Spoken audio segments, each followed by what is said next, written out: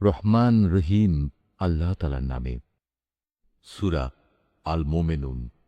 রহমান রহিম আল্লাহ তাআলার নামে। নিঃসন্দেহে সেসব ঈমানদার মানুষরা মুক্তি পেয়ে গেছে যারা নিজেদের নামাজে একান্ত বিনয় অবনত হয়, যারা অর্থহীন বিষয় থেকে বিমুখ থাকে, যারা রীতিমতো যাকাত প্রদান করে, যারা তাদের যৌন অঙ্গসমূহের হেফাজত করে। তবে নিজেদের স্ত্রী কিংবা নিজেদের অধিকারভুক্ত দাসীদের ওপর এই বিধান প্রযোজ্য নয়। এখানে হেফাজত না করার জন্যে তারা কিছুতেই নিন্দনীয় হবে না। অতঃপর এ বিধিবদ্ধ উপায় ছাড়া যদি কেউ অন্য কোনো পন্থায় যৌন কামনা চরিতার্থ করতে চায়, তাহলে তারা সীমা লঙ্ঘনকারী বলে বিবেচিত হবে। যারা তাদের কাছে রক্ষিত আমানত ও অন্যদের দেয়া প্রতিশ্রুতিসমূহের হেফাজত করে, যারা নিজেদের নামাজসমূহের ব্যাপারে সমাধিক যত্নবান হয়, এই লোকগুলি হচ্ছে মূলত জমিনে আমার যথার্থ উত্তরাধিকারী। জান্নাতুল ফেরদৌসের উত্তরাধিকারও এরা পাবে। তারা সেখানে চিরকাল থাকবে। হে মানুষ, তোমরা সৃষ্টি প্রক্রিয়াটা লক্ষ্য করো। আমি মানুষকে মাটির মূল উপাদান থেকে পয়দা করেছি। অতঃপর তাকে আমি শুক্র কীট হিসেবে একটি সংরক্ষিত জায়গায় সুনির্দিষ্ট সময়ের জন্য রেখে দিয়েছি। এরপর এ শুক্রবিন্দুকে আমি এক ফোঁটা জমাট রক্তে পরিণত করি। অতঃপর এই জমাট রক্তকে মাংসপিণ্ডে পরিণত করি। কিছুদিন পর এ পিণ্ডকে অস্থি পাঁজরে পরিণত করি। তারপর এক সময় এ অস্থি পাঁজরকে গোশতের পোশাক পরিয়ে দিই। অতঃপর বানানোর প্রক্রিয়া শেষ করে আমি তাকে সম্পূর্ণ ভিন্ন এক সৃষ্টি তথা মানুষরূপে পয়দা করি। আল্লাহ তাআলা কত উত্তম সৃষ্টিকর্তা, কত নিপুণ তার সৃষ্টি।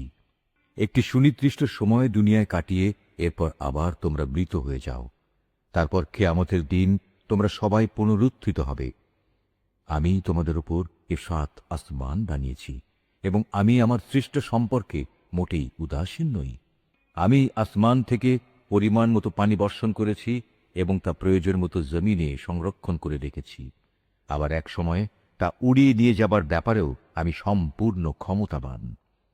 তারপর জমিনে সংরক্ষিত সেই পানি দিয়ে তোমাদের জন্য খেজুর ও আঙুরের বাগান সৃষ্টি করি। তোমাদের জন্য তাতে প্রচুর ফল পাকড়াও উৎপাদিত হয়, আর তা থেকে তোমরা পর্যাপ্ত পরিমাণ আহারও গ্রহণ করো। আর জমিনে সংরক্ষিত পানি থেকে এক প্রকার গাছ সিনাই পাহাড়ের তেলের উপাদান নিয়ে জন্ম লাভ করে। খাদ্য গ্রহণকারীদের জন্য তা ব্যঞ্জন হিসেবেও ব্যবহৃত হয়। তোমাদের জন্য অবশ্যই চতুষ্পদ জন্তুর মাঝে প্রচুর শিক্ষণীয় বিষয় রয়েছে। তার পেটের ভেতরে যা কিছু আছে তা থেকে আমি তোমাদের দুধ পান করাই। এছাড়াও তোমাদের জন্য তাতে আরো অনেক উপকারিতা রয়েছে। তার গোশত থেকে তোমরা আহারও করো। আবার কিছু আছে তার উপর তোমরা বাহন হিসেবে সওয়ার হও। অবশ্য জলযানেও তোমাদের আরোহণ করানো হয়। অবশ্যই আমি নূহকে তার জাতির কাছে হেদায়েত নিয়ে পাঠিয়েছিলাম। সে তার জাতিকে বলেছিল, হে আমার জাতি, তোমরা ইবাদত করো একমাত্র আল্লাহ তাআলার। তিনি ছাড়া তোমাদের দ্বিতীয় কোনো মাবুদ নেই। তোমরা কি তাকে ভয় করবে না? তখন তার জাতির মোড়লরা, যারা তার আগে থেকে কুফরি করছিল, একথা শুনে অন্যদের বলল, এ ব্যক্তি তো তোমাদের মতোই একজন মানুষ। আসলে এ ব্যক্তি তোমাদের উপর নেতৃত্ব করতে চায়। আল্লাহ তাআলা যদি নবী পাঠাতেই চাইতেন, তাহলে ফেরেশতাদেরই নবী করে পাঠাতেন। আমরা তো এমন কোনো কথা আমাদের পূর্বপুরুষদের জামানায়ও ঘটেছে বলে শুনিনি। মূলত এ মানুষটি এমন, যার মধ্যে মনে হয় কিছু পাগলামি এসে গেছে। অতএব তোমরা তার কোনো কথায় কান দিও না, বরং এর ব্যাপারে কয়েকটা নির্দিষ্ট দিন পর্যন্ত অপেক্ষা করো। হয়তো সে এমনিই সেরে যাবে। একথা শুনে নূহ তার মালিকের কাছে দোয়া করল, হে আমার মালিক, এরা যেভাবে আমাকে মিথ্যা সাব্যস্ত করল, তুমি সেভাবেই তাদের মোকাবেলায় আমাকে সাহায্য করো। অতঃপর আমি তার কাছে ওহী পাঠালাম, তুমি আমার তত্ত্বাবধানে আমারই ওহী অনুযায়ী একটি নৌকা প্রস্তুত করো। তারপর যখন আমার আযাবের আদেশ আসবে এবং জমিনের চুল্লি প্লাবিত হয়ে যাবে, তখন সব কিছু থেকে এক এক জোড়া নৌকায় উঠিয়ে নাও। তোমার পরিবার পরিজনদের উঠিয়ে নেবে, তবে তাদের মধ্যে যার ব্যাপারে আল্লাহ তাআলা সিদ্ধান্ত এসে গেছে সে ছাড়া। দেখো, যারা জুলুম করেছে তাদের ব্যাপারে আমার কাছে কোনো আরজি পেশ করো না, কেননা মহাপ্লাবনে আজ তারা নিমজ্জিত হবেই। তারপর যখন তুমি এবং তোমার সাথীরা নৌকায় আরোহণ করবে, তখন শুধু বলবে, সমস্ত প্রশংসা আল্লাহ তাআলার জন্যে, যিনি আমাদের একটি অত্যাচারী জাতি থেকে উদ্ধার করেছেন। তুমি নৌকায় উঠে বলো, হে আমার মালিক, তুমি আমাকে জমিনের কোথাও বরকতের সাথে নামিয়ে দাও। একমাত্র তুমিই পারো আমাকে শান্তির সাথে কোথাও নামিয়ে দিতে। নিঃসন্দেহে এ কাহিনীর মধ্যে আমার কুদরতের নিদর্শন রয়েছে। তাছাড়া মানুষদের পরীক্ষা তো আমি সব সময়ই নিয়ে থাকি। এদের পরে আমি আর এক জাতিকে পয়দা করেছিলাম, অতঃপর তাদেরই একজনকে তাদের কাছে নবী করে পাঠিয়েছি, যার দাওয়াত ছিল, হে আমার জাতি, তোমরা এক আল্লাহ তাআলারই ইবাদত করো, তিনি ছাড়া তোমাদের আর কোনো মাবুদ নেই। তোমরা নূহের জাতির ভয়াবহ আযাব দেখেও কি সাবধান হবে না? নবীর কথা শুনে তার জাতির নেতৃস্থানীয় লোকজন, যারা আল্লাহকে অস্বীকার করেছে, মিথ্যা সাব্যস্ত করেছে, পরকালে আল্লাহ তাআলার সাথে সাক্ষাতের বিষয়টিকে, সর্বোপরি যাদের আমি দুনিয়ার জীবনে প্রচুর ভোগ সামগ্রী দিয়ে রেখেছিলাম, তারা অন্য লোকদের বলল, এ ব্যক্তিটি তোমাদের মতো মানুষ ছাড়া অন্য কিছু নয়। তোমরা যা খাও সেও তা খায়, তোমরা যা কিছু পান করো সেও তা পান করে। এমত অবস্থায় তোমরা যদি তোমাদেরই মতো একজন মানুষকে নবী মনে করে তার কথা মেনে চলো, তাহলে তোমরা অবশ্যই ক্ষতিগ্রস্ত হবে। ব্যক্তিটি কি তোমাদের সাথে এই ওয়াদা করেছে যে তোমরা যখন মরে যাবে, যখন তোমরা মাটি ও হাড্ডিতে পরিণত হয়ে যাবে, তখন তোমাদের সবাইকে কবর থেকে আবার উঠিয়ে আনা হবে? আসলে এই যে বিষয়টি, যা দিয়ে তোমাদের সাথে এ ওয়াদা করা হচ্ছে, এটা মানুষের বৈষয়িক বুদ্ধি থেকে অনেক দূরে এবং ধরা ছোঁয়ারও অনেক বাইরে। তারা বলল, কিসের আবার পুনরুত্থান? দুনিয়ার জীবনই তো হচ্ছে আমাদের একমাত্র জীবন। আমরা এখানে মরব, এখানেই বাঁচব। আমাদের কখনোই আবার পুনরুত্থিত করা হবে না। নবুয়তের দাবিদার এ ব্যক্তিটি হচ্ছে এমন এক মানুষ যে এসব কথা দ্বারা আল্লাহর উপর মিথ্যা অপবাদ দিচ্ছে। আমরা তার উপর ঈমান আনব না। এদের মিথ্যাচার দেখে সে নবী আল্লাহ তাআলার কাছে দোয়া চাইল এবং বলল, হে আমার মালিক, তুমি এদের মিথ্যার মোকাবেলায় আমাকে সাহায্য করো। আল্লাহ তাআলা বললেন, হাঁ, তুমি ভেবো না, অচিরেই এরা নিজেদের কর্মকাণ্ডের জন্য অনুতপ্ত হবে। অতঃপর সত্যি সত্যি একদিন আমার এক মহাতাণ্ডব এসে তাদের উপর মরণ আঘাত হানল এবং আমি মুহূর্তের মধ্যে তাদের সবাইকে তরঙ্গতাড়িত আবর্জনার স্তূপ সদৃশ্য বস্তুতে পরিণত করে দিলাম। অতঃপর সবাই বলে উঠল, আল্লাহর গজব নাজির হোক জালেম সম্প্রদায়ের উপর। আমি তাদের ধ্বংসের পর আরো অনেক জাতিকেই সৃষ্টি করেছি। কোন জাতি তার দুনিয়ার বাঁচার নির্দিষ্ট কাল যেমন ত্বরান্বিত করতে পারেনি, তেমনি সময় এসে গেলে তা কেউ বিলম্বিত করতে পারেনি। অতঃপর দুনিয়ার জাতিসমূহের কাছে আমি একের পর এক রসুল পাঠিয়েছি। যখনই কোনো জাতির কাছে তার প্রতি পাঠানো আমার রসুল এসেছে, তখনই তাকে তারা মিথ্যাবাদী বলেছে। অতঃপর আমিও ধ্বংস করার জন্য তাদের এক একজনকে এক একজনের পেছনে ক্রমিক নম্বর লাগিয়ে দিয়েছি। এভাবেই আমি তাদের একদিন ইতিহাসের কাহিনীর বিষয়েও পরিণত করেছি। বিধ্বংস হোক সে জাতি যারা আল্লাহ তাআলার উপর ঈমান আনেনি। তারপর আমি এক সময় আমার আয়াতসমূহ ও সুস্পষ্ট দলিল প্রমাণ দিয়ে মূসা এবং তার ভাই হারুনকে পাঠিয়েছি। তাদের আমি পাঠিয়েছি ফেরাউন ও তার পারিষদদের কাছে, কিন্তু তারা তাদের মেনে নেয়ার বদলে অহংকার করল। তারা ছিল স্পষ্টত একটি নাফরমান জাতি। তারা বলতে লাগল, আমরা কি এমন দুজন মানুষের উপর ঈমান আনব যারা আমাদের মতোই মানুষ, অপরদিকে তাদের জাতীয় হচ্ছে আমাদের সেবাদাস? তারা তাদের উভয়কেই মিথ্যাবাদী বলল। ফল এই দাঁড়ালো, তারা ধ্বংসপ্রাপ্ত মানুষদের দলভুক্ত হয়ে গেল। আমি মূসাকে আমার কেতাব দান করেছি যেন লোকেরা তা থেকে হিদায়াত লাভ করতে পারে। এভাবেই আমি মারিয়াম পুত্র ঈসা ও তার মাকে আমার কুদরতের নিদর্শন বানিয়েছি এবং তাদের এক নিরাপদ ও প্রশ্রবণ বিশিষ্ট উচ্চ ভূমিতে আমি আশ্রয় দিয়েছি। হে আমার রাসূলরা, তোমরা পাক পবিত্র জিনিসসমূহ খাও, হামেশা নেক আমল করো, কেননা তোমরা যা কিছু করো সে সম্পর্কে আমি সবিশেষ অবহিত আছি। এই যে তোমাদের জাতি, তা কিন্তু দিনের বন্ধনে একই জাতি, আর আমি হচ্ছি তোমাদের একমাত্র মালিক। অতএব তোমরা আমাকেই ভয় করো। কিন্তু লোকেরা নিজেদের মাঝে এ মৌলিক বিষয়টাকে বহুধা বিভক্ত করে দিয়েছে, আর প্রত্যেক দলের কাছে যা কিছু আছে তা নিয়েই তারা পরিতুষ্ট। অতএব হে নবী, তুমি তাদের একটা সুনির্দিষ্ট সময়ের জন্য নিজে নিজ বিভ্রান্তিতে পড়ে থাকার জন্য ছেড়ে দাও।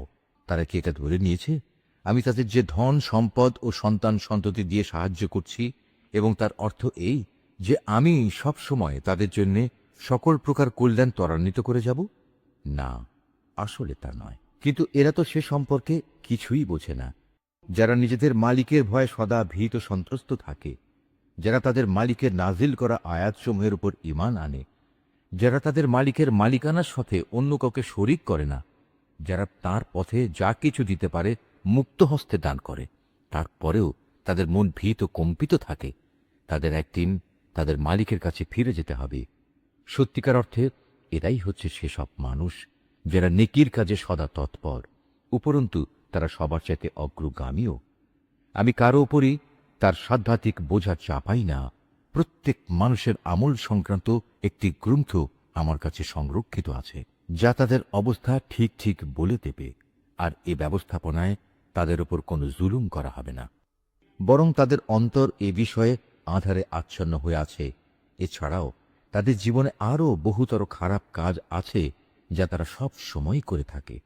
এরা এসব কাজ থেকে কখনো ফিরে আসে না, যতক্ষণ না আমি তাদের ঐশ্বর্যশীল লোকদের শাস্তি দ্বারা আঘাত করি।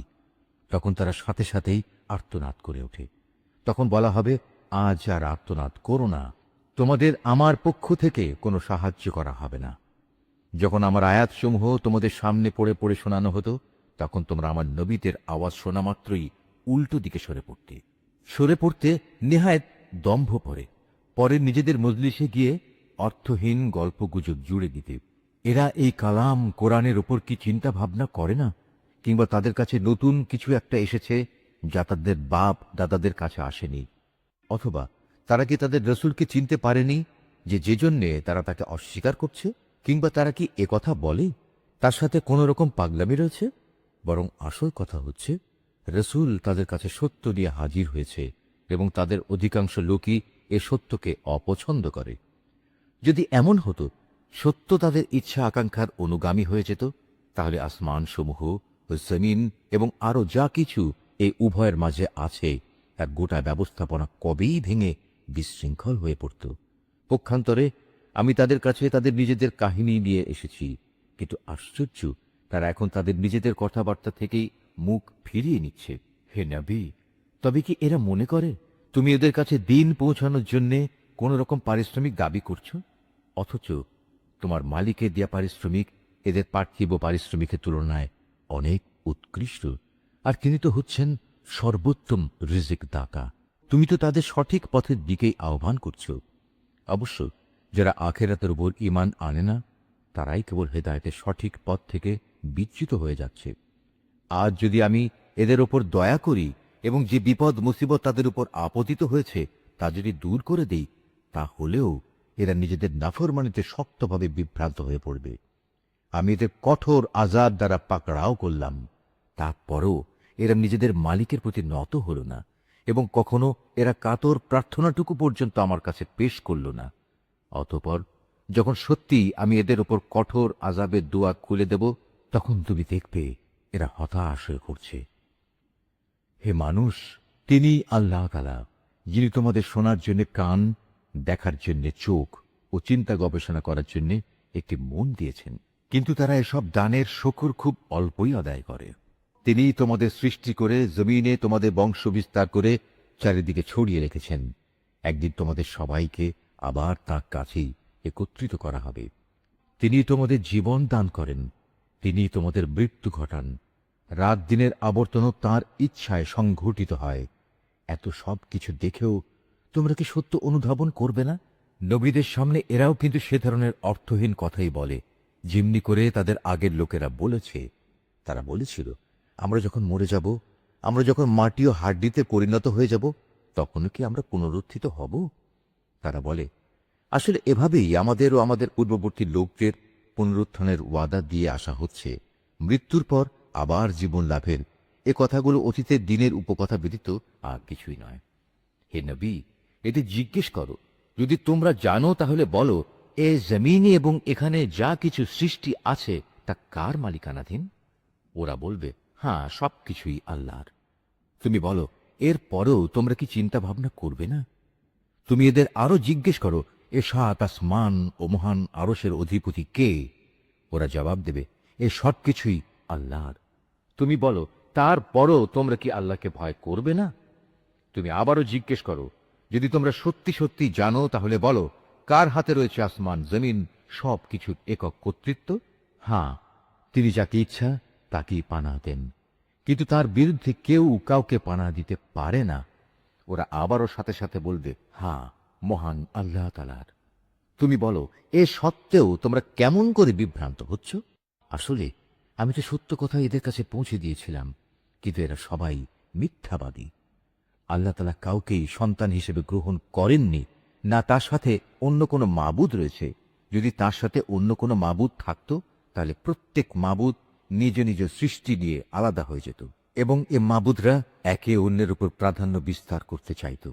এরা যা কিছু আল্লাহ তাআলা সম্পর্কে বলে, তিনি তার থেকে অনেক পবিত্র ও মহান। উপস্থিত অনুপস্থিত সব কিছুর সম্মুখ ওয়াকেফাল তিনি। সুতরাং এরা আল্লাহ তাআলার সাথে অন্যদের যেভাবে শরিক করে, তিনি তার চাইতে অনেক পবিত্র। হে নবী, তুমি বলো, হে আমার মালিক, যে আযাবের ওয়াদা এ কাফেরদের সাথে করা হচ্ছে, তা যদি তুমি আমাকে দেখাতেই চাও, তাহলে হে আমার মালিক, তুমি আমাকে জালেম সম্প্রদায়ের মধ্যে শামিল করে এ আযাব প্রত্যক্ষ করায়ও না। হে নবী, আমি তাদের কাছে যে আযাবের ওয়াদা করেছি তা অবশ্যই তোমাকে দেখাতে সক্ষম। হে নবী, তারা তোমার সাথে কোনো খারাপ ব্যবহার করলে তুমি এমন পন্থায় তা দূর করার চেষ্টা করো যা হবে নিতান্ত উত্তম পন্থা। আমি তো ভালো করেই জানি ওরা তোমার ব্যাপারে কি বলে। সে ব্যাপারে উদ্বিগ্ন না হয়ে তুমি বরং বলো, হে আমার মালিক, শয়তানদের যাবতীয় ওয়াসওয়াসা থেকে আমি তোমার পানাহ চাই। আরো বলো, হে আমার মালিক, আমি এ থেকেও তোমার পানাহ চাই যে শয়তান আমার ধারে কাছেও ঘেঁষবে না।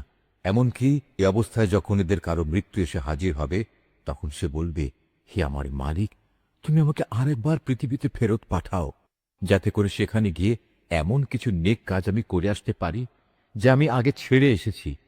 তখন বলা হবে, না, তার কখনো হবার নয়। মূলত সেটা হচ্ছে এক অসম্ভব কথা, যা সে শুধু বলার জন্যই বলবে। এই মৃত ব্যক্তিদের সামনে একটি যবনিকা তাদের আড়াল করে রাখবে সেদিন পর্যন্ত, যেদিন তারা কবর থেকে পুনরুত্থিত হবে। অতঃপর যেদিন সিঙায় ফু দেয়া হবে, সেদিন মানুষ এমনই দিশেহারা হয়ে পড়বে যে তাদের মধ্যে আত্মীয়তার বন্ধন বলতে কিছুই অবশিষ্ট থাকবে না।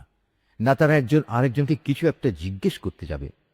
অতএব সেদিন যাদের নেকির পাল্লা ভারী হবে, তারাই হবে সেসব মানুষ যারা মুক্তিপ্রাপ্ত। আর যাদের নেকির পাল্লা হালকা হবে, তারা হবে সেসব ব্যর্থ মানুষ যারা নিজেদের জীবন মিথ্যার পিছনে বিনষ্ট করে দিয়েছে। তারা জাহান্নামে থাকবে চিরকাল। জাহান্নামের আগুন তাদের মুখমণ্ডল জ্বালিয়ে দেবে, তাতে তাদের চেহারা জ্বলে বিভৎস হয়ে যাবে। তাদের যখন জিজ্ঞেস করা হবে, এমন অবস্থা কি হয়নি যে আমার আয়াতসমূহ তোমাদের সামনে পড়ে শোনানো হয়েছিল এবং তোমরা তা অস্বীকার করেছিলে? তারা বলবে, হে আমাদের মালিক, আমাদের দুর্ভাগ্য চারিদিক থেকে আমাদের ঘিরে ধরেছিল এবং নিশ্চয়ই আমরা ছিলাম গোমরাহ সম্প্রদায়। হে আমাদের মালিক, তুমি আজ আমাদের এই আগুন থেকে বের করে নাও। আমরা যদি দ্বিতীয়বারও দুনিয়ায় ফিরে গিয়ে সীমা লঙ্ঘন করি, তাহলে অবশ্যই আমরা জালেম হিসেবে পরিগণিত হব। আল্লাহ তাআলা বলবেন, তোমরা অপমানিত হয়ে সেখানে পড়ে থাকো, আজ কোনো কথাই আমাকে বলো না।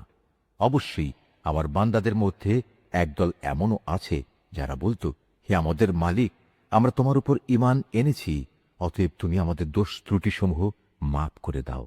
তুমি আমাদের উপর দয়া করো, তুমি হচ্ছ দয়ালুদের মধ্যে সর্বোৎকৃষ্ট দয়ালু। অতঃপর তোমরা তাদের উপহাসের বস্তু বানিয়ে রেখেছিলে, এমনকি তা তোমাদের আমার স্মরণ পর্যন্ত ভুলিয়ে দিয়েছে। আর তোমরা তো তাদের দিয়ে হাসি তামাশাই করতে। তাদের সে ধৈর্যের কারণেই আজ আমি তাদের এই প্রতিফল দিলাম। মূলত তারাই হচ্ছে সত্যিকার অর্থে সকল মানুষ। আল্লাহ তাআলা বলবেন, বলো তো, তোমরা পৃথিবীতে কত বছর কাটিয়ে এসেছ? তারা বলবে, আমরা সেখানে অবস্থান করেছিলাম একদিন কিংবা একদিনের কিছু অংশ। তুমি না হয় তাদের কাছে জিজ্ঞেস করো যারা হিসাব রেখেছে। আল্লাহ তাআলা বলবেন, আসলে তোমরা পৃথিবীতে খুব সামান্য সময়ই কাটিয়ে এসেছ। কত ভালো হতো যদি তোমরা এ কথাটা ভালো করে জানতে।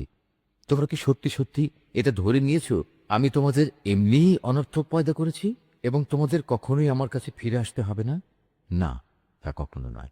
মহিমান্বিত আল্লাহ তাআলা, তিনি সব কিছুর যথার্থ মালিক। তিনি ছাড়া আর কোনো মাবুদ নেই। সম্মানিত আরশের একক অধিপতিও তিনি। অতএব যে ব্যক্তি আল্লাহ তাআলাকে বাদ দিয়ে অন্য কোনো মাবুদকে ডাকে, তার কাছে যার জন্য কোনো রকম সনদ নেই, সে যেন জেনে রাখে তার হিসাব তার মালিকের কাছে যথার্থই মজুদ আছে। সেদিন তারা কোনো অবস্থায় সফল কাম হবে না যারা তাকে অস্বীকার করেছে। হে নবী, তুমি বলো, হে আমার মালিক, তুমি আমায় ক্ষমা করো, কেননা তুমি হচ্ছ দয়ালুদের মধ্যে সর্বোৎকৃষ্ট। সূরা আন-নূর। রহমান রহিম আল্লাহ তাআলার নামে। এটি একটি সূরা, আমি নাযিল করেছি এবং আমি এতে বর্ণিত বিধানসমূহ ফরজ করেছি। আমি এতে পরিষ্কার করে আমার আয়াতসমূহ নাযিল করেছি, যাতে করে তোমরা এর থেকে শিক্ষা গ্রহণ করতে পারো। এই বিধানসমূহের একটি হচ্ছে ব্যভিচারিণী নারী ও ব্যভিচারী পুরুষ সংক্রান্ত বিধানটি। এদের ব্যাপারে আদেশ হচ্ছে তাদের প্রত্যেককে তোমরা 100টি করে বেত্রাঘাত করবে। আল্লাহর দ্বীনের আদেশ প্রয়োগের ব্যাপারে ওদের প্রতি কোন রকম দয়া যেন তোমাদের মনে না আসে। যদি তোমরা আল্লাহ তাআলা ও পরকালের উপর ঈমান এনে থাকো, তাহলে মোমেনদের একটি দল যেন তাদের এই শাস্তি প্রত্যক্ষ করার জন্য সেখানে মজুদ থাকে। আল্লাহর হুকুম হচ্ছে ব্যভিচারী পুরুষ কেবলমাত্র ব্যভিচারিণী মহিলাকেই বিয়ে করবে, কিংবা বিয়ে করবে কোনো মুশরিক নারীকে। ব্যভিচারিণী মহিলা কেবলমাত্র ব্যভিচারী পুরুষকেই বিয়ে করবে, কিংবা বিয়ে করবে কোনো মুশরিক পুরুষকে। সাধারণ মোমেনদের জন্য এই বিয়েকে হারাম করা হয়েছে। অপরদিকে যারা খামাখা সতী সাধ্বী নারীদের উপর ব্যভিচারের অপবাদ আরোপ করবে এবং এর সপক্ষে 4 জন সাক্ষী হাজির করতে পারবে না, তাদের 80টি বেত্রাঘাত করবে এবং ভবিষ্যতে আর কখনো তাদের সাক্ষ্য গ্রহণ করবে না, কেননা এরা হচ্ছে নিকৃষ্ট গুনাহগার। অবশ্য যেসব ব্যক্তি এ অন্যায়ের পর তওবা করে এবং নিজেদের শুধরে নেয়, তাদের কথা আলাদা। আল্লাহ তাআলা অবশ্যই ক্ষমাশীল ও বড় দয়ালু। আর যারা নিজেদের স্ত্রীদের উপর ব্যভিচারের অপবাদ আরোপ করে অথচ নিজেরা ছাড়া তাদের কাছে অপবাদের পক্ষে অন্য কোনো সাক্ষ্য মজুদ থাকে না, তবে এটাই তাদের সাক্ষ্য যে তারা আল্লাহর নামে 4 বার শপথ করে বলবে, অবশ্যই এ অভিযোগের ব্যাপারে সে সত্যবাদী। এরপর 5ম বার শপথ করার সময় বলবে, মিথ্যাবাদীর উপর যেন আল্লাহ তাআলার গজব নাজিল হয়। কোন স্ত্রীর ওপর থেকেও এভাবে আনিত অভিযোগের শাস্তি রহিত করা হবে যদি সেও 4 বার আল্লাহর নামে কসম করে বলে এ পুরুষ ব্যক্তিটি হচ্ছে আসলেই মিথ্যাবাদী। অতঃপর সেও 5ম বার শপথ করার সময় বলবে, সে অভিযোগকারী ব্যক্তিটি সত্যবাদী হলে তার অভিযুক্তের ওপরও আল্লাহর অভিশাপ নেমে আসুক। হে মোমেনরা, যদি তোমাদের উপর আল্লাহ তাআলার অনুগ্রহ ও তাঁর দয়া না থাকত, তাহলে তোমরা এসব নীতিমালা থেকে মাহরুম থেকে যেতে। অবশ্যই আল্লাহ তাআলা হচ্ছেন মহান তওবা গ্রহণকারী এবং প্রবল প্রজ্ঞাময়। যারা এই নবী পরিবার সম্পর্কে মিথ্যা অপবাদ নিয়ে এসেছে, তারা তো ছিল তোমাদের একটি ক্ষুদ্র দল। এই বিষয়টি তোমরা তোমাদের জন্য খারাপ ভেবো না, বরং তা হবে তোমাদের জন্য একান্ত কল্যাণকর। এদের মধ্যে প্রতিটি ব্যক্তি যে যতটুকু গুনাহ করেছে সে ততটুকুই তার ফল পাবে, আর তাদের মধ্যে যে সবচেয়ে বেশি এ কাজে অংশগ্রহণ করেছে তার জন্য আযাবও বেশি রয়েছে। যদি এই মিথ্যা ঘটনাটি শোনার পর মোমেন পুরুষ ও মোমেন নারীরা নিজেদের ব্যাপারে একটা ভালো ধারণা পোষণ করত, কত ভালো হতো যদি তারা একথা বলতো, এটা হচ্ছে এক নির্জল অপবাদ মাত্র। যারা অপবাদ রটালো তারাই বা কেন এ ব্যাপারে 4 জন সাক্ষী হাজির করল না? যেহেতু তারা প্রয়োজনীয় 4 জন সাক্ষী হাজির করতে পারেনি, তাই আল্লাহ তাআলার আইনের কাছে তারাই হচ্ছে মিথ্যাবাদী। হে মোমেনরা, যদি দুনিয়া ও আখিরাতে তোমাদের উপর আল্লাহ তাআলার দয়া ও অনুগ্রহ না থাকত, তাহলে একজন নবী পত্নীর যে বিষয়টি তোমরা চর্চা করছিলে তার জন্য একটি বড় ধরনের আযাব এসে তোমাদের স্পর্শ করত। তোমরা এই মিথ্যাকে নিজেদের মুখে মুখে প্রচার করছিলে, নিজেদের মুখ দিয়ে এমন সব কথা বলে যাচ্ছিলে যে ব্যাপারে তোমাদের কোনো কিছু জানা ছিল না। তোমরা একে একটি তুচ্ছ বিষয় মনে করছিলে, কিন্তু তা ছিল আল্লাহ তাআলার কাছে একটি গুরুতর বিষয়। তোমরা যখন ব্যাপারটা শুনলে তখন সাথে সাথে কেন বললে না, আমাদের এটা মোটেই সাজে না যে আমরা এই ব্যাপারে কোনো কথা বলবো? আল্লাহ তাআলা অনেক পবিত্র, অনেক মহান। সত্যি এ ছিল এক গুরুতর অপবাদ। আল্লাহ তাআলা তোমাদের উপদেশ দিচ্ছেন, তোমরা যদি সত্যি মোমেন হও তাহলে কখনো এরূপ আচরণের পুনরাবৃত্তি করো না। আল্লাহ তাআলা তার আয়াতসমূহ স্পষ্ট করে তোমাদের সামনে বিবৃত করেন এবং আল্লাহ তাআলা সব কিছু জানেন, তিনি বিজ্ঞ কুশলী। যারা মোমেনদের মাঝে বিচে অপবাদ রটনা করে, অশ্লীলতার প্রসার কামনা করে, তাদের জন্য রয়েছে দুনিয়া ও আখেরাতে মর্মন্তুদ শাস্তি। আল্লাহ তাআলা সব কিছু জানেন, তোমরা কিছুই জানো না। হে মোমেনরা, যদি তোমাদের উপর আল্লাহ তাআলার দয়া ও অনুগ্রহ না থাকত, তাহলে একটা বড় ধরনের বিপর্যয় ঘটে যেত। অবশ্যই আল্লাহ তাআলা বড়ই দয়ালু ও স্নেহপ্রবণ। হে মানুষ, তোমরা যারা ঈমান এনেছ, তারা কখনো শয়তানের পদাঙ্ক অনুসরণ করো না। তোমাদের মধ্যে যে কেউই শয়তানের পদাঙ্ক অনুসরণ করে, সে যেন জেনে রাখে সে অভিশপ্ত শয়তান, তো তাকে অশ্লীলতা ও মন্দ কাজেরই আদেশ দেবে। যদি তোমাদের ওপর আল্লাহ তাআলার দয়া ও অনুগ্রহ না থাকত, তাহলে তোমাদের মধ্যে কেউই কখনো পাক পবিত্র হতে পারত না। কিন্তু আল্লাহ তাআলা যাকে চান তাকে পবিত্র করেন, এবং আল্লাহ তাআলা সব কিছু শোনেন, তিনি সব কিছু জানেন। তোমাদের মধ্যে যারা দিনী মর্যাদা ও পার্থিব ঐশ্বর্যের অধিকারী, তারা যেন কখনো এ মর্মে শপথ না করে যে তারা তাদের গরিব আত্মীয় স্বজন, অভাবগ্রস্ত এবং যারা আল্লাহ তাআলার রাস্তায় হিজরত করেছে তাদের কোনো রকম সাহায্য করবে না। বরং তাদের উচিত তারা যেন তাদের ক্ষমা করে দেয় এবং তাদের দোষ ত্রুটি উপেক্ষা করে। তোমরা কি এটা চাও না আল্লাহ তাআলা তোমাদের গুনাহ মাফ করে দিন? আল্লাহ তাআলা ক্ষমাশীল ও পরম দয়ালু। যারা সতীসাধ্যী নারীদের প্রতি ব্যভিচারের অপবাদ আরোপ করে, যারা এই অপবাদের ব্যাপারে কোনো খবরই রাখে না, সর্বোপরি যারা ঈমানদার, তাদের প্রতি অপবাদ আরোপকারী এসব মানুষদের জন্য দুনিয়া ও আখিরাতের উভয় স্থানেই অভিশাপ দেয়া হয়েছে। উপরন্তু তাদের জন্য রয়েছে কঠোর আযাব। সেদিন তাদের কৃতকর্ম সম্বন্ধে স্বয়ং তাদের জিহ্বাসমূহ, তাদের হাতগুলো ও তাদের পাগুলো তাদের বিরুদ্ধে সাক্ষ্য দেবে। সেদিন আল্লাহ তাআলা তাদের যথার্থ প্রাপ্য পুরোপুরি আদায় করে দেবেন এবং তারা জেনে নেবে আল্লাহ তাআলাই হচ্ছেন সুস্পষ্ট সত্য। জেনে রেখো, নষ্ট নারীরা হচ্ছে নষ্ট পুরুষদের জন্য, নষ্ট পুরুষরা হচ্ছে নষ্ট নারীদের জন্য, আবার ভালো নারীরা হচ্ছে ভালো পুরুষদের জন্য, ভালো পুরুষরা হচ্ছে ভালো নারীদের জন্য। মুনাফিক লোকেরা এ ভালো মানুষগুলো সম্পর্কে যা কিছু বলে, তারা তা থেকে পাক পবিত্র। আখিরাতে এদের জন্য রয়েছে ক্ষমা ও সম্মানজনক রিজক। হে ঈমানদার ব্যক্তিরা, তোমরা নিজেদের ঘর ছাড়া অন্য কারো ঘরে সে ঘরের লোকদের অনুমতি না নিয়ে ও তাদের প্রতি সালাম না করে কখনো প্রবেশ করো না। নৈতিকতা ও শালীনতার দিক থেকে এটা তোমাদের জন্য উত্তম পন্থা। আল্লাহ তাআলা তোমাদের এসব বলে দিচ্ছেন যাতে করে তোমরা কথাগুলো মনে রাখতে পারো।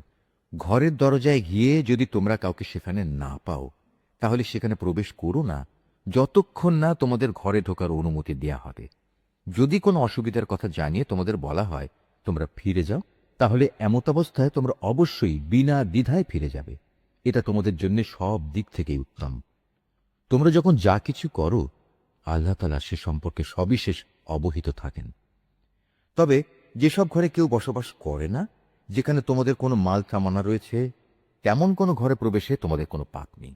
কেননা আল্লাহ তাআলা জানেন যা কিছু তোমরা প্রকাশ করো, আবার যা কিছু তোমরা গোপন করো তাও তিনি জানেন। হে নবী, তুমি মোমেন পুরুষদের বলো তারা যেন তাদের দৃষ্টি নিম্নগামী ও সংযত করে রাখে এবং তাদের লজ্জাস্থানসমূহকে হেফাজত করে। এটাই হচ্ছে তাদের জন্য উত্তম পন্থা। কেননা তারা নিজেদের চোখ ও লজ্জাস্থান দিয়ে যা করে, আল্লাহ তাআলা সে সম্পর্কে পূর্ণাঙ্গভাবে অবহিত রয়েছেন।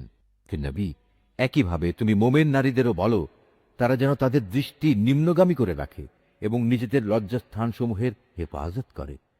তারা যেন তাদের সৌন্দর্য প্রদর্শন করে না বেড়ায়, তবে তার শরীরের যে অংশ এমনিই খোলা থাকে সেসব অংশের কথা আলাদা। তারা যেন তাদের বক্ষদেশ মাথার কাপড় দ্বারা আবৃত করে রাখে। তারা যেন তাদের স্বামী, তাদের পিতা, তাদের শ্বশুর, তাদের ছেলে, তাদের স্বামীর আগের ঘরের ছেলে, তাদের ভাই, তাদের ভাইয়ের ছেলে, তাদের বোনের ছেলে, তাদের সচরাচর মেলামেশার মহিলা, নিজেদের অধিকারভুক্ত সেবিকা দাসী, নিজেদের অধীনস্থ এমন পুরুষ যাদের মহিলাদের কাছ থেকে কোনো কিছুই কামনা করার নেই, কিংবা এমন শিশু যারা এখনো মহিলাদের গোপন অঙ্গ সম্পর্কে কিছুই জানে না, এসব মানুষ ছাড়া তারা যেন অন্য কারো সামনে নিজেদের সৌন্দর্য প্রকাশ না করে। চলার সময় জমিনের ওপর তারা যেন এমনভাবে নিজেদের পা না রাখে যে সৌন্দর্য তারা গোপন করে রেখেছিল তা পায়ের আওয়াজে লোকদের কাছে জানাজানি হয়ে যায়। হে ঈমানদার ব্যক্তিরা, ত্রুটি বিচ্যুতির জন্য তোমরা সবাই আল্লাহর দরবারে তওবা করো। আশা করা যায় তোমরা নাজাত পেয়ে যাবে। তোমাদের মধ্যে যাদের স্ত্রী নেই, তোমরা তাদের বিয়ের ব্যবস্থা করো। একইভাবে তোমাদের দাস দাসীদের মধ্যে যারা ভালো মানুষ, তাদেরও বিয়ে শাদীর ব্যবস্থা করো। যদি তারা অভাবী ও দুশ্চিন্তাগ্রস্ত হয়, তাহলে আল্লাহ তাআলা অচিরেই তাঁর অনুগ্রহ দিয়ে তাদের অভাব মুক্ত করে দেবেন। আল্লাহ তাআলা প্রাচুর্যময় ও সর্বজ্ঞ। যাদের বিয়ে করে ব্যয়ভার বহন করার সামর্থ্য নেই, আল্লাহ তাআলা তাদের নিজ অনুগ্রহে অভাব মুক্ত না করা পর্যন্ত তারা যেন সংযম অবলম্বন করে। তোমাদের অধিকারভুক্ত দাস দাসীদের ভেতর যারা মুক্তির কোনো অগ্রিম লিখিত চুক্তি লিখিয়ে নিতে চায়, তোমরা তাদের তা লিখে দাও। যদি তোমরা তাদের এ চুক্তির মধ্যে কোনো ভালো সম্ভাবনা বুঝতে পারো, তাহলে আল্লাহ তাআলা তোমাদের যে সম্পদ দান করেছেন তা থেকে তাদের মুক্তির সময় মুক্ত হস্তে দান করবে। তোমাদের অধীনস্থ দাসীদের যারা সতীসাধ্যী থাকতে চায়, নিছক পার্থিব ধন সম্পদের আশায় কখনো তাদের ব্যভিচারের জন্য বাধ্য করো না।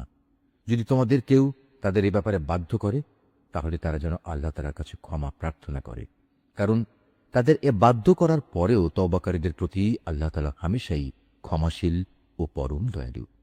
হে মুমিনরা, আমি তোমাদের কাছে সুস্পষ্ট আয়াতসমূহ নাজিল করেছি, আরও উদাহরণ হিসেবে পেশ করেছি তোমাদের আগের মানুষদের ঘটনাগুলো। পরহেজগার লোকদের জন্য তা ছিল শিক্ষণীয় উপদেশ। আল্লাহ তাআলাই হচ্ছেন আসমানসমূহ ও জমিনের নূর। তাঁর এ নূরের উদাহরণ হচ্ছে তা যেমন একটি তাকের মতো, তাতে একটি প্রদীপ রাখা আছে। প্রদীপটি আবার স্থাপন করা হয়েছে স্বচ্ছ একটি কাঁচের আবরণের ভেতর। কাঁচের আবরণটি হচ্ছে উজ্জ্বল একটি তারার মতো। তা প্রজ্বলিত করা হয় পবিত্র জৈতুন গাছ মিশ্রিত তেল দ্বারা, যা শুধু পূর্ব দিকের সূর্যের আলো থেকেই আলোকপ্রাপ্ত নয়, পশ্চিম দিকের সূর্যের আলোকপ্রাপ্তও নয়, বরং এটি সব সময়ই প্রজ্বলিত থাকে। আবার এর তেল এত পরিষ্কার, দেখলে মনে হয় তা বুঝি নিজে নিজেই জ্বলে উঠবে, যদি আগুন তাকে ততক্ষণে স্পর্শ না করে থাকে। আর যদি আগুন স্পর্শ করেই ফেলে, তাহলে তা হবে নূরের উপর নূর। আল্লাহ তাআলা তার এই অদৃশ্য নূরের দিকে যাকে চান তাকেই হেদায়েত দান করেন। আল্লাহ তাআলা এভাবে মানুষদের বোঝানোর জন্য নানা উপমা পেশ করে থাকেন। আল্লাহ তাআলা প্রত্যেক বিষয় সম্পর্কেই সম্যক অবগত আছেন। এসব ব্যক্তিদের সে ঘরসমূহে পাওয়া যাবে যার মধ্যে আল্লাহ তাআলার সম্মান মর্যাদা উন্নীত করা এবং তাতে তার নিজের পবিত্র নাম স্মরণ করার জন্য সবাইকে আদেশ দিয়েছেন। সেসব জায়গাসমূহে সকাল সন্ধ্যা এরা আল্লাহ তাআলার পবিত্রতা ও মহিমা ঘোষণা করে। তারা এমন লোক, ব্যবসা বাণিজ্য তাদের কখনো আল্লাহ তাআলা থেকে গাফেল করে দেয় না। না বেচাকেনা তাদের আল্লাহ তাআলা স্মরণ, নামাজ প্রতিষ্ঠা ও যাকাত আদায় করা থেকে গাফেল রাখতে পারে। তারা সেদিনকে ভয় করে যেদিন তাদের অন্তর ও দৃষ্টিশক্তি ভীত বিহ্বল হয়ে পড়বে। যারা নেক কাজ করে, আল্লাহ তাআলা তাদের যথার্থ উত্তম পুরস্কার দেবেন। তিনি তার অনুগ্রহে তাদের যা পাওনা তার চাইতে বেশি দান করবেন। মূলত আল্লাহ তাআলা যাকে চান তাকে অপরিমিত রিজিক দান করেন। অপরদিকে যারা আল্লাহ তাআলাকে অস্বীকার করে, তাদের দৈনন্দিন কার্যকলাপ হচ্ছে একটি প্রতারণার মতো, যেমন মরুভূমিতে মরীচিকা। পিপাসার্ত মানুষ দূরে থেকে তাকে পানি বলে মনে করল, পরে যখন সে তার কাছে এলো তখন সেখানে পানির মতো কিছুই সে পেল না। এভাবে প্রতারণা ও মরীচিকার জীবন শেষ হয়ে গেলে সে শুধু আল্লাহ তাআলাকেই তার পাশে পাবে। অতঃপর তিনি তার পাওনা পূর্ণ মাত্রায় আদায় করে দেবেন। নিঃসন্দেহে আল্লাহ তাআলা তড়িৎ হিসাব গ্রহণে সক্ষম। কিংবা তাদের কর্মকাণ্ডের উদাহরণ হচ্ছে একটি অতল সমুদ্রের অভ্যন্তরস্থ গভীর অন্ধকারের মতো। অতঃপর তাকে একটি বিশাল আকারের ঢেউ এসে ঢেকে আরো অন্ধকার করে দিল। তার উপর আরো একটি ঢেউ এলো, তার উপর ছেয়ে গেল কিছু ঘন কালো মেঘ। এক অন্ধকারের উপর এলো আর এক অন্ধকার। যদি কেউ এ অবস্থায় তার হাত বের করে, আধারের কারণে তার তা দেখার কোনো সম্ভাবনা থাকবে না। বস্তুত আল্লাহ তাআলা যার জন্য কোনো আলো বানাননি, তার জন্য তো কোথাও থেকে আলোর সম্ভাবনা থাকবে না। হে মানুষ, তুমি কি চিন্তা ভাবনা করে দেখোনি, যত সৃষ্টি আসমান সমূহ পৃথিবীতে আছে তারা সবাই আল্লাহর পবিত্রতা ও মহিমা ঘোষণা করে। আর পাখিকুল যারা পাখা বিস্তার করে আকাশে উড়ে চলেছে, তারাও এ কাজ করে চলেছে। এরা সবাই নিজ নিজ নামাজ ও নিজ নিজ তসবিহ পাঠ পদ্ধতি জেনে নিয়েছে। এরা যে যা করছে আল্লাহ তাআলা তার সম্যক অবগত রয়েছেন। মূলত আসমান সমূহ ও জমিনের যাবতীয় সার্বভৌমত্ব একমাত্র আল্লাহরই জন্যে। সব কিছুকে তার কাছেই ফিরে যেতে হবে। তুমি কি এও দেখো না, আল্লাহ তালাই এ মেঘমালা সঞ্চালিত করেন, অতঃপর তিনি তাকে তার টুকরোগুলোর সাথে জুড়ে দেন, তারপর তাকে স্তরে স্তরে সাজিয়ে রাখেন, পুঞ্জীভূত করেন। অতঃপর একসময় তুমি মেঘের ভেতর থেকে বৃষ্টির ফোঁটাসমূহ বেরিয়ে আসতে দেখবে। আরও দেখবে আসমানের শিরাস্তর থেকে তিনি শিলা বর্ষণ করেন এবং যার উপর চান তার ওপরই তা বর্ষণ করেন। আবার যাকে চান তাকে তিনি তার আঘাত থেকে অব্যাহতিও দেন। মেঘের বিদ্যুৎ ঝলক চোখে ধাঁধা লাগিয়ে দেয়, মনে হয় তা বুঝি দৃষ্টিশক্তিকে এক্ষুনি নিষ্প্রভ করে দিয়ে যাবে। আল্লাহ তালাই রাত ও দিনের পরিবর্তন ঘটান। অবশ্যই অন্তর্দৃষ্টি সম্পন্ন মানুষদের জন্য এর মাঝে আল্লাহ তালার কুদরতের অনেক শিক্ষা রয়েছে। আল্লাহ তালা বিচরণশীল প্রতিটি জীবকেই পানি থেকে পয়দা করেছেন। অতঃপর তাদের মধ্যে কিছু চলে তার বুকের উপর ভর দিয়ে, কিছু চলে দু পায়ের উপর, আবার কিছু চলে 4 পায়ের উপর ভর করে। আল্লাহ তালা যখন যা চান তখন তাই পয়দা করেন। অবশ্যই তিনি সব কিছুর উপর ক্ষমতাবান।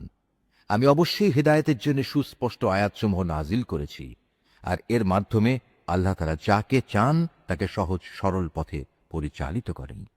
যারা মুনাফিক তারা বলে, আমরা আল্লাহ তাআলা ও রাসূলের উপর ঈমান এনেছি এবং আমরা তার আনুগত্য করি। একটু পরেই তাদের একটি দল আল্লাহ তাআলা ও তার রাসূলের আদেশ থেকে মুখ ফিরিয়ে নেয়। বস্তুত ওরা আসলেই মোমেন নয়। যখন সত্যি সত্যি ওদের আল্লাহ তাআলা ও তার রাসূলের দিকে আহ্বান করা হয়, যাতে করে আল্লাহ রাসূলের পক্ষ থেকে তাদের পারস্পরিক বিরোধের মীমাংসা করা যায়, তখন তাদের একটি দল পাশ কেটে সরে পড়ে।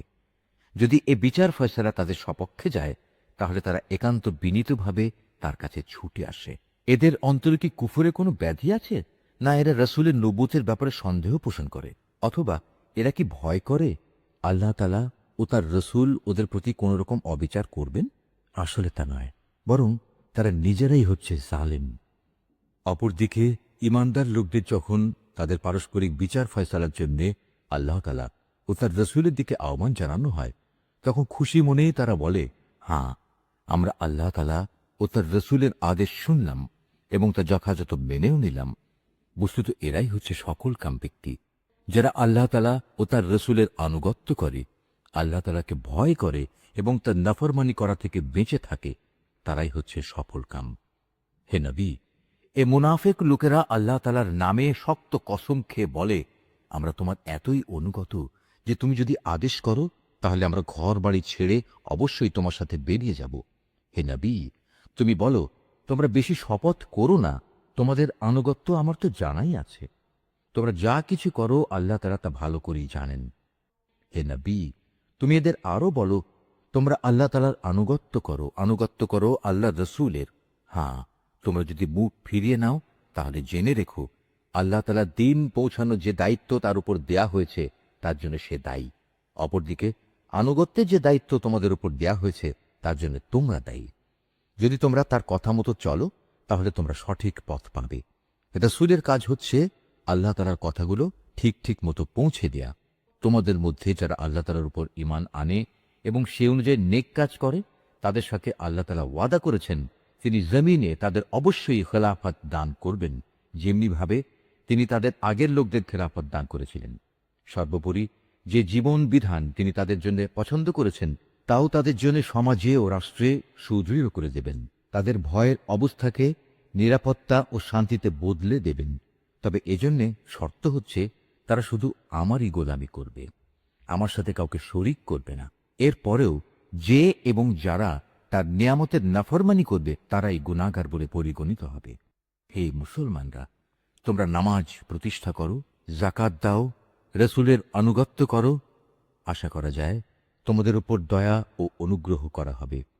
কাফিরদের ব্যাপারে কখনো একথা ভেবো না যে তারা জমিনে আমাকে অক্ষম করে দেবে। তাদের ঠিকানা হচ্ছে জাহান্নাম, আর কত নিকৃষ্ট এই ঠিকানা।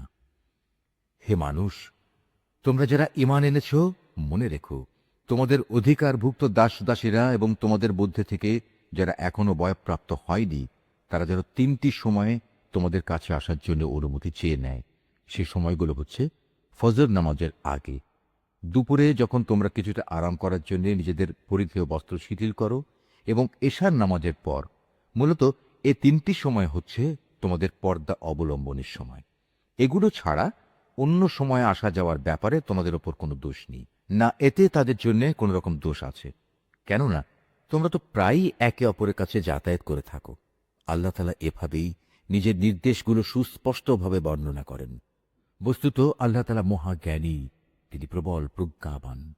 তোমাদের নিজেদের সন্তানরাও যখন বয়ঃপ্রাপ্ত হয়ে যায়, তখন তারা যেন তোমাদের কামরায় প্রবেশের আগে সেভাবেই অনুমতি নেয়, যেমনি তাদের আগে বড়রা অনুমতি নিত। আল্লাহ তাআলা এভাবেই তার আদেশসমূহ তোমাদের কাছে খুলে খুলে বর্ণনা করেন। আল্লাহ তাআলা সব কিছু জানেন, তিনি পরম কুশলী বটে। বৃদ্ধা নারী যাদের এখন আর কারো বিয়ের বন্ধনে আসার আশা নেই, তাদের ওপর কোনো দোষ নেই যদি তারা তাদের শরীর থেকে অতিরিক্ত কাপড় খুলে রাখে। তবে শর্ত হচ্ছে তারা সৌন্দর্য প্রদর্শনকারী হবে না। অবশ্য এ অতিরিক্ত কাপড় খোলা থেকেও যদি তারা বিরত থাকতে পারে, তা তাদের জন্য ভালো। আল্লাহ তাআলা সব কিছু শোনেন, আল্লাহ তাআলা সব কিছু জানেন। যে ব্যক্তি অন্ধ তার উপর কোনো বিধি নিষেধ নেই, যে পঙ্গু তার জন্যও কোনো বিধি নিষেধ নেই, যে ব্যক্তি অসুস্থ তার উপরও কোনো বাধ্যবাধকতা নেই, এবং তোমাদের নিজেদের উপরও কোনো দোষ নেই যদি তোমরা তোমাদের নিজেদের ঘর থেকে কিছু খেয়ে নাও। একইভাবে এটাও তোমাদের জন্য দূষণীয় হবে না যদি তোমরা তোমাদের পিতা পিতামহের ঘরে, মায়েদের ঘরে, ভাইদের ঘরে, বোনদের ঘরে, চাচাদের ঘরে, ফুপুদের ঘরে, মামাদের ঘরে, খালাদের ঘরে, এমন সব ঘরে যার চাবি তোমাদের অধিকারে রয়েছে, কিংবা তোমাদের বন্ধুদের ঘরে কিছু খাও। অতঃপর এতেও কোনো দোষ নেই যে এসব জায়গায় তোমরা সবাই একত্রে খাবে কিংবা আলাদা আলাদা খাবে। তবে যখনই এসব ঘরে প্রবেশ করবে, তখন একে অপরের প্রতি সালাম করবে। এটা হচ্ছে আল্লাহর কাছ থেকে তাঁরই নির্ধারিত কল্যাণময় এক পবিত্র অভিবাদন। এভাবেই আল্লাহ তাআলা তোমাদের জন্য তার আয়াতসমূহ বিশদভাবে বর্ণনা করেন, যাতে করে তোমরা বুঝতে পারো। খাঁটি ইমানদার ব্যক্তি তো হচ্ছে তারা যারা আল্লাহ তাআলা ও তার রসুলের উপর ঈমান আনে। কখনো যদি তারা কোনো সমষ্টিগত ব্যাপারে তার সাথে একত্রিত হয়, তাহলে যতক্ষণ তারা তার কাছ থেকে অনুমতি চাইবে না, ততক্ষণ তারা সেখান থেকে কেউ সরে যাবে না। হে নবী, যারা আল্লাহ তাআলা ও তার রসুলের উপর বিশ্বাস করে যদি তারা কখনো তাদের নিজেদের কোনো কাজে বাইরে যাবার জন্য তোমার কাছে অনুমতি চায়, তাহলে তুমি যাকে ইচ্ছা তাকে অনুমতি দিও এবং আল্লাহ তাআলার কাছে এদের গুনাহ মাফের জন্য দোয়া করো। অবশ্যই আল্লাহ তাআলা ক্ষমাশীল ও পরম দয়ালু। হে মুসলমানরা, যখন নবী তোমাদের ডাকে, তখন তার ডাককে পারস্পরিক ডাকের মতো মনে করো না। আল্লাহ তাআলা সেসব লোকদের ভালো করেই জানেন যারা নিজেদের আড়াল করে নবীর সামনে থেকে নানা অজুহাতে সরে যায়। সুতরাং যারা তার আদেশের বিরুদ্ধাচরণ করে, তাদের এ ব্যাপারে ভয় করা উচিত। তাদের ওপর এ বিরুদ্ধাচরণের জন্য এ দুনিয়ায় কোনো বিপর্যয় এসে পড়বে কিংবা পরকালে কোনো কঠিন আযাব এসে তাদের গ্রাস করে নেবে। হে মানুষ, তোমরা জেনে রেখো, আসমানসমূহ ও জমিনে যা কিছু আছে তা সবই আল্লাহ তাআলার জন্য নিবেদিত। তোমরা যে অবস্থার ওপর আছো, আল্লাহ তাআলা তা ভালো করেই জানেন। যেদিন মানুষ সবাই তাঁর দিকেই প্রত্যাবর্তিত হবে, সেদিন তিনি তাদের সব কিছুই জানিয়ে দেবেন, যা কিছু তারা দুনিয়ায় করত। আল্লাহ তাআলা সব বিষয়ই ওয়াকিবহাল। সূরা আল ফুরকান। রহমান রহিম আল্লাহ তাআলার নামে। কত মহান তিনি, যিনি তাঁর বান্দার উপর সত্য মিথ্যার মাঝে পার্থক্যকারী এই ফুরকান নাজিল করেছেন, যাতে করে সে ব্যক্তি এর দ্বারা সৃষ্টিকুলের জন্য সতর্ককারী হতে পারে। তিনি এমন সত্তা, তার জন্য রয়েছে আসমানসমূহ ও জমিনের সার্বভৌমত্ব। তিনি কখনো কাউকে নিজের সন্তান বলে গ্রহণ করেননি, না তার এ সার্বভৌমত্বে অন্য কারো কোনো শরিকানা আছে। তিনি প্রতিটি বস্তু পয়দা করেছেন এবং তিনি তার সৃষ্টির জন্য আলাদা আলাদা পরিমাপ নির্ধারণ করেছেন। এ সত্ত্বেও এ মুশরিক লোকেরা তাকে বাদ দিয়ে এমন কিছুকে মাবুদ বানিয়ে নিয়েছে যারা কিছুই সৃষ্টি করতে পারে না, বরং তাদেরই সৃষ্টি করা হয়েছে। সত্য কথা হচ্ছে, তারা যেমন নিজেরা নিজেদের ক্ষতি করতে সক্ষম নয়, তেমনি নিজেরা নিজেদের কোনো উপকারও করতে সক্ষম নয়। তারা কাউকে মৃত্যু দিতে পারে না, কাউকে জীবনও দিতে পারে না। তেমনি পারে না কেউ একবার মরে গেলে তাকে পুনরায় উঠিয়ে আনতে। যারা আল্লাহ তাআলাকে অবিশ্বাস করে, তারা এই কোরআন সম্পর্কে বলে, এ তো মিথ্যা ছাড়া আর কিছুই নয়, যা এ ব্যক্তি নিজে থেকে বানিয়ে নিয়েছে এবং অন্য জাতির লোকেরা তাকে এই ব্যাপারে সাহায্য করেছে। মূলত এসব কথা বলে এরা এক জঘন্য জুলুম ও নির্জলা মিথ্যা নিয়ে হাজির হয়েছে। তারা বলে এ কোরআন হচ্ছে সেকালের উপকথা, যা এ ব্যক্তি লিখিয়ে নিয়েছে এবং সকাল সন্ধ্যায় তার সামনে এগুলো পড়া হয়। হে নবী, তুমি এদের বলো, এ কোরআন তিনিই নাজিল করেছেন, যিনি আকাশসমূহ ও জমিনের সমুদয় রহস্য জানেন। তিনি অত্যন্ত ক্ষমাশীল ও পরম দয়ালু। ওরা বলে, এ আবার কেমন ধরনের রসুল যে আমাদের মতো করে খাবার খায় এবং আমাদের মতোই হাটে বাজারে চলাফেরা করে? কেন তার কাছে কোনো ফেরেশতা নাজিল করা হলো না, যে তার সাথে আযাবে সতর্ককারী হয়ে থাকত? কিংবা গায়েব থেকে তার কাছে কোনো ধনভাণ্ডার এসে পড়ল না কেন? অথবা কমপক্ষে তার কাছে একটি বাগানই না হয় থাকত, যা থেকে সে খাবার সংগ্রহ করে খেত? এ জালেম লোকেরা মুসলমানদের আরো বলে, তোমরা তো আসলে একজন জাদুগ্রস্ত ব্যক্তিরই অনুসরণ করছো। হে নবী, চেয়ে দেখো ওরা তোমার সম্পর্কে কি ধরনের কথা বানাচ্ছে। এরা আসলে গোমরা হয়ে গেছে, কখনো তারা আর সঠিক পথ পাবে না। হে নবী, তুমি এদের বলো, আল্লাহ তাআলা এমন এক মহান সত্তা, যিনি ইচ্ছা করলে তোমাদের একটি বাগান কেন, তার চাইতে উৎকৃষ্ট বাগানসমূহ দান করতে পারেন, যার নিম্নদেশে অমীয় ঝর্ণাধারা প্রবাহিত হবে। এছাড়াও তিনি তোমাদের দিতে পারেন সুরম্য প্রাসাদ সমূহ। এরা কিয়ামতের দিনকে অস্বীকার করে, আর যারাই কিয়ামত অস্বীকার করে তাদের জন্য আমি জাহান্নামে জ্বলন্ত আগুন প্রস্তুত করে রেখেছি। তারা যখন দূর থেকে তাদের মতো অন্যান্য জাহান্নামীদের দেখবে, তখন তারা স্পষ্টত তার গর্জন ও চিৎকার শুনতে পাবে। অতঃপর যখন তাদের হস্তপদ শৃঙ্খলিত অবস্থায় জাহান্নামের কোনো সংকীর্ণ স্থানে ফেলে দেয়া হবে, তখন সেখানে তারা শুধু মৃত্যুর ধ্বংসকেই ডাকতে থাকবে। তাদের তখন বলা হবে, আজ তোমরা ধ্বংস হওয়াকে একবারই শুধু ডেকো না, বরং বহুবার ধ্বংসকে ডাকো। কোনো কিছুই আজ তোমাদের কাজে আসবে না। হে নবী, এদের তুমি বলো, এটা জাহান্নামের কঠোর আযাব শ্রেয়, না সেই স্থায়ী জান্নাত যার ওয়াদা পরহেজগার লোকদের আগেই দিয়ে রাখা হয়েছে? এই জান্নাত হচ্ছে তাদের যথাযথ পুরস্কার ও চূড়ান্ত প্রত্যাবর্তনের স্থান। সেখানে তারা যা কিছু পেতে চাইবে তাই তাদের জন্য মজুদ থাকবে, তাও আবার থাকবে স্থায়ীভাবে।